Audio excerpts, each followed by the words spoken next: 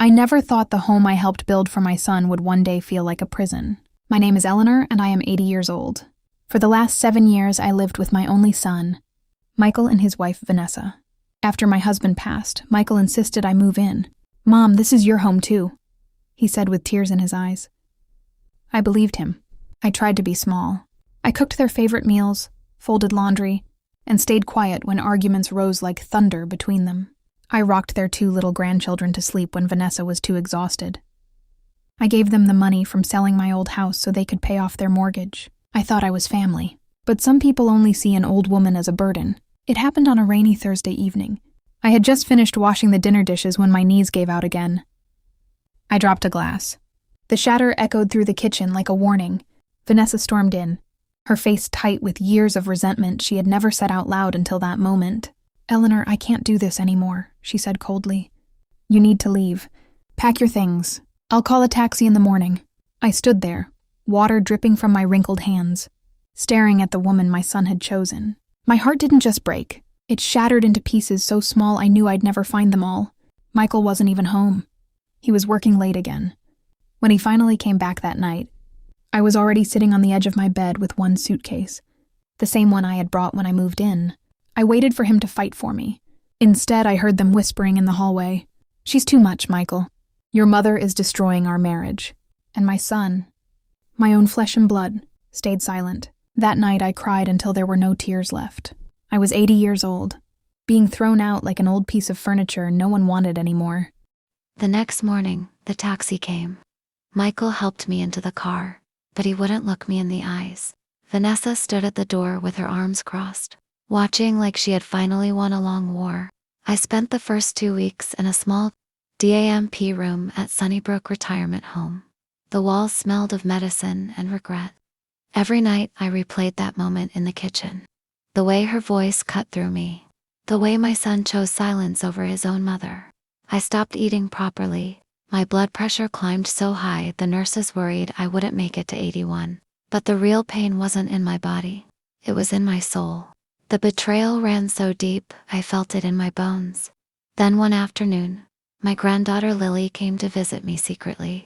She was only 9, but children see everything. She climbed into my lap and whispered, "Grandma, Mommy said you were a burden.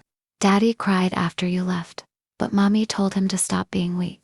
That was the moment something inside me shifted. I realized I wasn't just an old woman who had been discarded.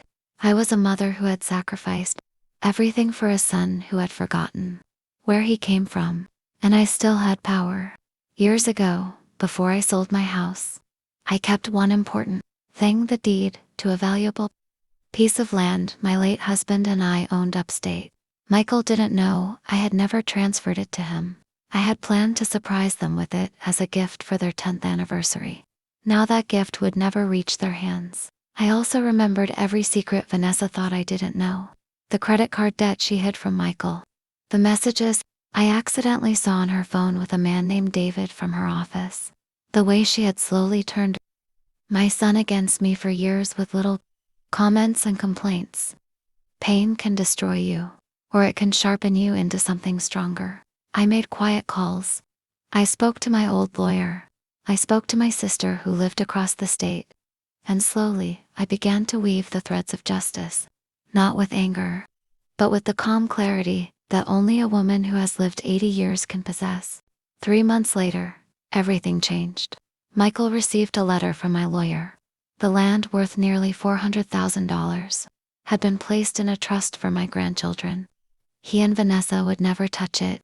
The same day, the bank called him about suspicious transfers from their joint account. Vanessa had been secretly paying for hotel rooms and expensive gifts for her lover. The storm hit their house like lightning. Michael finally opened his eyes. He found the messages. He found the lies. When he confronted her, Vanessa tried to twist everything, saying I was a bitter old woman who had turned him against her. But this time, my son chose truth over comfort. He asked her to leave. I didn't gloat when Michael came to the retirement home with tears streaming down his face. He knelt beside my chair like a little boy again and begged for forgiveness. "I failed you, Mom. I was weak. Please come home."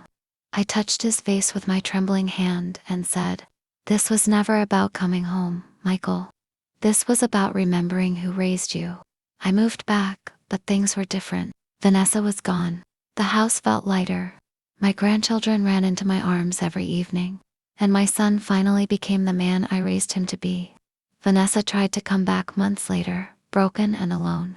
But some doors, once closed with cruelty, never open again. Today, I sit on the porch watching the sunset, my great-grandchildren playing at my feet. My heart still carries scars, but it is no longer shattered. If there's one thing I've learned in 80 years, it's this. Never mistake kindness for weakness. Blood means nothing if respect is gone.